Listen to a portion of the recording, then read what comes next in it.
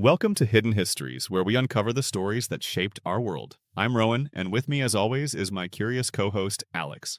Hey everyone, I'm really excited about today's topic. We're diving into something that still gets people fired up at dinner parties, aren't we? We absolutely are. In 1979, a grocer's daughter from a small town called Grantham stepped into number 10 Downing Street and started what many call the most dramatic economic transformation in modern British history. Margaret Thatcher, I've heard so many different opinions about her. Some people practically worship her, while others, well, let's just say they have very different feelings. That's exactly why this story is so fascinating, Alex. We're looking at how Britain went from being called the sick man of Europe to becoming a testing ground for radical free market reforms. The changes were so profound that we're still feeling their effects today. When you say effects, are we talking good or bad? Well, that's the thing. The numbers tell an interesting story. While inflation dropped from 18% to 8.6% during her time, unemployment doubled to over 3 million people by 1983. So it's complicated. Sounds like we've got quite a journey ahead. We sure do. We'll explore how one woman's vision created two very different Britons and why, even now, we can't seem to agree on whether she saved the nation or broke it. Before we dive into what actually happened during the Thatcher years, we need to understand where these ideas came from. The story really begins in the 1940s with a group of intellectuals who were deeply worried about the direction the world was heading. The 1940s? That's way earlier than I expected. What was happening then? Well, in 1947, an economist named Friedrich Hayek invited a group of like-minded thinkers to a small resort in Switzerland called Mont Pelerin. They were concerned that government planning and intervention, which had become popular after World War II, would eventually lead to a loss of individual freedom. So this was like a secret society of free market believers? Not exactly secret, but definitely influential. The Mont Pelerin Society, as it became known, included economists, philosophers, and political theorists who believed passionately in free markets and limited government intervention. But how did these ideas make their way to Britain? I mean, from a Swiss mountain to Downing Street is quite a journey. That's where Sir Keith Joseph comes in. He was a conservative politician who had what you might call an intellectual awakening in the 1970s. He founded something called the Center for Policy Studies in 1974. And let me guess, Margaret Thatcher was involved? She absolutely was. Joseph became her intellectual mentor, and together they started challenging what was known as the post-war consensus, the idea that government should play a big role in managing the economy. But wait, wasn't that working? Why change something if it wasn't broken? Well, by the mid-1970s, it was looking pretty broken. Britain was experiencing something that many economists thought impossible: high inflation and high unemployment at the same time. They called it stagflation. That sounds bad. How high are we talking about? Inflation hit 26% in 1975. Imagine your money losing more than a quarter of its value in just 1 year. The country had to go cap in hand to the International Monetary Fund for a bailout in 1976. Oh, wow. That must have been humiliating for a country that had once ruled a quarter of the world. Exactly, and this is where monetarism comes in, a different economic theory championed by an American economist named Milton Friedman. He argued that controlling the money supply was key to fighting inflation. So instead of the government trying to manage everything, just focus on keeping inflation under control. That's right. And these ideas found fertile ground in Britain because the existing system seemed to be failing so spectacularly. The winter of discontent in 1978 and 1979, with its widespread strikes and unburied dead, convinced many people that radical change was needed. You know what's fascinating about this? It sounds like these ideas had been brewing for decades before Thatcher came to power. They were just waiting for the right moment. And the right person. Thatcher wasn't just implementing these policies because they were available. She believed in them deeply. She'd spent years studying them with Keith Joseph and others at the Center for Policy Studies. So when people talk about Thatcherism, they're really talking about ideas that came from this whole network of thinkers and institutions? Exactly. It wasn't just one woman's vision, it was the culmination of decades of intellectual development, waiting for the right political and economic conditions to be put into practice. And I guess those conditions came together in 1979. They certainly did. Britain was ready for change, and Thatcher had a very clear idea of what that change should look like, backed by years of theoretical groundwork. Speaking of putting ideas into practice, one of the most dramatic changes Thatcher introduced was something that had never been tried on this scale before: selling off state-owned industries to the public. You mean privatization? That's a word we hear all the time now, but I guess it wasn't always part of our vocabulary. Exactly. The term privatization actually became globally known because of what happened in Britain. Before 1979, the government owned everything from phone companies to airlines, steelworks to gas suppliers. Wait, so if I wanted to get a phone line in 1978, I had to deal with the government department? You did. And here's something that might shock younger listeners. You often had to wait weeks just to get a phone installed. British Telecom, as it was known then, was one of the first major privatizations in 1984. How did they actually do it? I mean, selling off these huge companies sounds complicated. It was, but they made it accessible through clever marketing. The most famous campaign was for British Gas in 1986. They called it Tell Sid, encouraging everyone to tell their friends about the chance to buy shares. Oh, I've heard about that. Didn't they want to create what they called a nation of shareholders? That's right. The number of individual shareholders in Britain increased from 3 million in 1979 to 11.5 million by 1987. But here's where it gets controversial. Why do I feel like there's a but coming? Because many argued these companies were sold too cheaply. Take British Telecom. Shares rose by 84% in value on the first day of trading. Great for investors, but it suggested the government might have got a better price. So taxpayers potentially lost out? That must have caused some anger. It did, but supporters argued that the lower prices ensured wide participation and made the program politically sustainable. By 1991, more than 40 major businesses had been privatized, raising about £50 billion for the Treasury. That's a lot of money. But was it just about raising cash? Not at all. The big idea was that private companies would be more efficient than state-owned ones. And in many cases, that proved true. British Airways went from losing £240 million in 1981 to making $580 million in 1989. Those numbers are pretty convincing, but I'm guessing not everything improved. Well, that's where we get into the debate about natural monopolies. Take the railways. Many argue that privatizing them led to a fragmented, less efficient system. And water companies, bills went up significantly after privatization. So it wasn't all Telcid and success stories? No, and that's what makes this period so fascinating. These policies created winners and losers. While share ownership broadened, and some companies became more efficient, critics point to increased inequality and the loss of public assets. You know what strikes me? This wasn't just an economic experiment. It was like a huge social experiment, too. That's exactly right. Thatcher wanted to change not just how the economy worked, but how people thought about ownership and their relationship with the state. She called it popular capitalism. Did it work? I mean, did people really become more entrepreneurial and self-reliant like she wanted?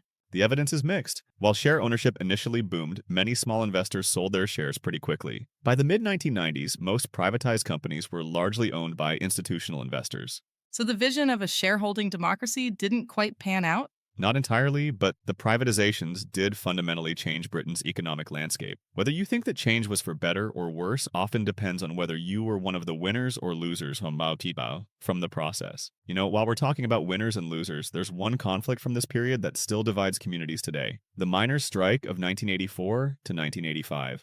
That was the big showdown between Thatcher and the unions, wasn't it? Exactly, and it wasn't just an industrial dispute. It was more like a civil war that tore through mining communities. The National Union of Mine Workers, led by Arthur Scargill, was fighting against pit closures that would effectively end coal mining in Britain. I've heard stories about families divided, communities torn apart. Was it really that dramatic? It was. Imagine this. 140,000 miners on strike for almost a year. Police officers from all over the country were deployed to mining areas. The most famous confrontation happened at Orgreave in South Yorkshire, where thousands of miners and police clashed. Wow. But why was Thatcher so determined to take on the miners? They'd beaten Edward Heath's government in 1974, hadn't they? That's exactly why. The government had carefully prepared for this confrontation. They'd built up coal stocks, changed laws about picketing, and even had a secret plan to use the military if needed.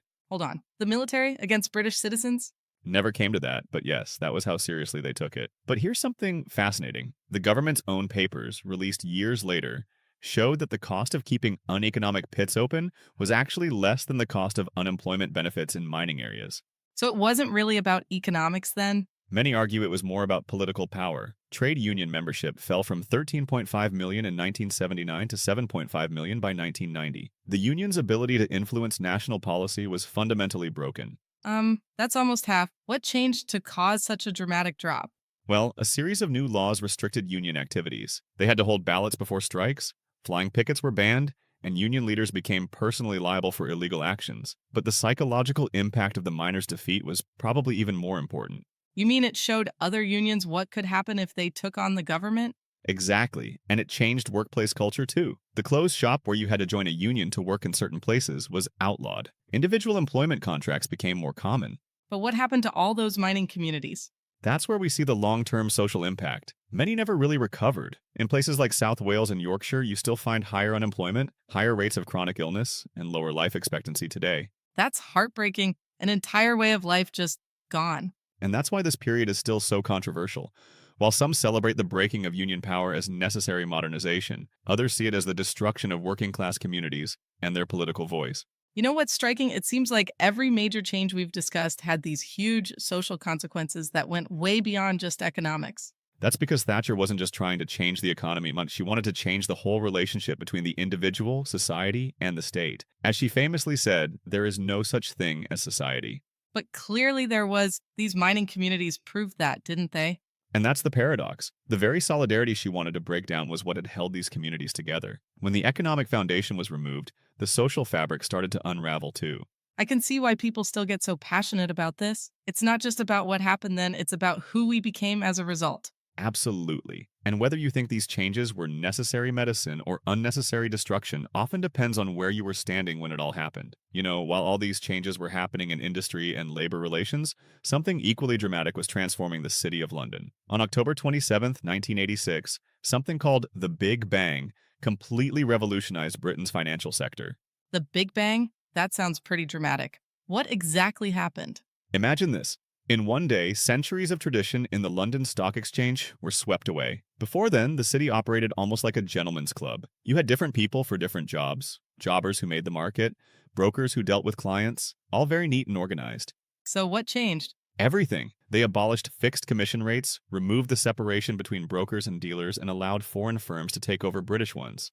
Suddenly, American and Japanese banks were pouring into London, bringing their computers and their very different way of doing business. Wait, they didn't have computers before? Hard to believe, isn't it? Trading was done face-to-face on the stock exchange floor. But after the Big Bang, computer screens replaced the trading floor, and those famous red telephone boxes where deals were made became museum pieces. Sounds like it must have been quite a culture shock for the old guard. It was a complete transformation. The old-school tie network, where your family connections mattered more than your abilities, gave way to a more meritocratic system. Suddenly, it didn't matter where you went to school. It mattered what you could do. That sounds positive, but I'm sensing there's more to this story. Well, it created a new kind of city worker. The earnings of financial sector workers skyrocketed. Investment bankers started earning bonuses that were multiples of their base salary. We saw the rise of what people called the yuppies, young urban professionals. Oh, with their big mobile phones and red suspenders? Exactly. But here's the interesting part. This wasn't just about fashion and lifestyle. The Big Bang helped London become one of the world's leading financial centers, competing directly with New York and Tokyo. So how big was this transformation in terms of actual numbers? Well, by 1996, the city was handling more foreign exchange trading than New York and Tokyo combined. Financial services went from contributing about 3% of GDP in 1979 to over 8% by the end of the 1980s. That's quite a jump, but didn't this create a kind of two-speed economy? That's one of the big criticisms. While the city boomed, manufacturing continued to decline. The gap between London and the rest of the country grew wider, and income inequality increased significantly. The Gini coefficient, which measures inequality, rose from 0.25 in 1979 to 0.34 by 1990. I guess this is where we start to see the roots of some modern problems. Absolutely. The focus on financial services made the economy more vulnerable to financial shocks, and the culture of high-risk, high-reward banking that developed during this period played a role in the 2008 financial crisis. So the Big Bang had some pretty long-lasting consequences. It did. It made London a global financial powerhouse, but it also changed British society. Some would say it replaced one elite with another, the old aristocratic elite with a new financial elite. And I suppose this ties back to what we were saying earlier about winners and losers from these reforms? Exactly. The Big Bang created enormous wealth for some, but it also widened social divisions. It's another example of how Thatcher's reforms didn't just change the economy, thus, they changed the very fabric of British society. When we look at Britain today, it's striking how many of our current challenges can be traced back to decisions made during the Thatcher years. It's almost like we're living in two different nations. What do you mean by two nations? Well, take house prices as an example. The right-to-buy policy, which let council tenants purchase their homes at huge discounts, helped create a property-owning democracy. But now we're seeing the unintended consequences. I think I can guess. We didn't build enough new social housing to replace what was sold? Exactly. In 1979, 42% of Britons lived in council housing. Today, it's less than 8%. Meanwhile, the average house price has risen from around £23,000 in 1980 to over £280,000 now. That's more than 10 times higher. But surely wages haven't gone up that much. Not even close. And here's where we see that two nations affect most clearly. In London and the southeast, average house prices are now around 9 times the average salary. In parts of northern England, they're about 4 times the average salary.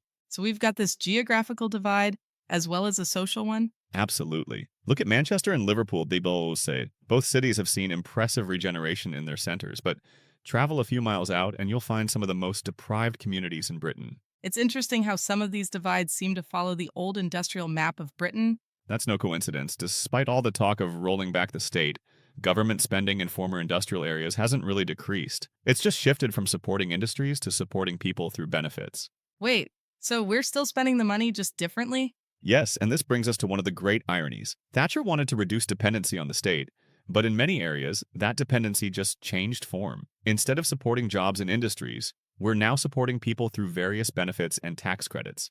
So when people debate Thatcher's legacy today, what are the main arguments? Well, supporters point to how Britain was transformed from the sick man of Europe into a modern service economy. They'll highlight how London became a global financial center, how inflation was tamed, and how union reform modernized the workplace. And the critics? They focus on the human cost, the communities left behind, the growth in inequality, the housing crisis, and what they see as the creation of a more individualistic, less caring society. You know what's fascinating? It sounds like we're still living with the consequences of these changes, whether we realize it or not. That's exactly right. Even today's political debates often come down to fundamental questions that emerged during the Thatcher years. How much should the state intervene in the economy? What's the right balance between market freedom and social protection? And I guess different parts of the country might answer those questions very differently based on their experiences. Precisely. The legacy isn't just economic, it's deeply personal for many people. Their view of Thatcher's reforms often depends on whether their family and community ended up in the winners or losers column of that great transformation. It's amazing how one period of government can cast such a long shadow. And that's perhaps the most important lesson from this story. Major political and economic changes don't just affect the present. They shape generations to come, often in ways that nobody could have predicted. You know, Alex, after diving deep into Thatcher's revolution, I keep coming back to this idea that we're still living in the Britain she created, for better or worse. It's fascinating how one leader's vision could reshape a country so completely, but I'm struck by how complex the story really is. It's not the simple tale of free market triumph that some people tell. Exactly. The data tells us something really interesting. While Thatcher talked about rolling back the state, government spending actually remained surprisingly high. It just shifted from supporting industries to supporting people through benefits. And that geographical divide we talked about between the prosperous Southeast and the struggling industrial regions, that's still with us today, isn't it? Absolutely. The Gini coefficient rising from 0.25 to 0.34 really tells that story of growing inequality. But you know what's really striking? Even politicians who opposed Thatcher ended up working within the framework she created. Like the fact that no one seriously tried to renationalize the major industries or restore union power to what it was before. Precisely. And that might be her most lasting legacy. Not just the specific policies, but how she fundamentally changed the way Britain thinks about the relationship between the individual, the market, and the state. So when we look at modern Britain's challenges, housing crisis, regional inequality, the dominance of financial services, we're really looking at the long-term consequences of choices made 40 years ago. That's right. And it reminds us that major political decisions don't just change the present, they echo through generations, shaping society in ways that even their architects couldn't have predicted. Thanks for listening. If you liked, don't forget to share it with your friends. See you next time.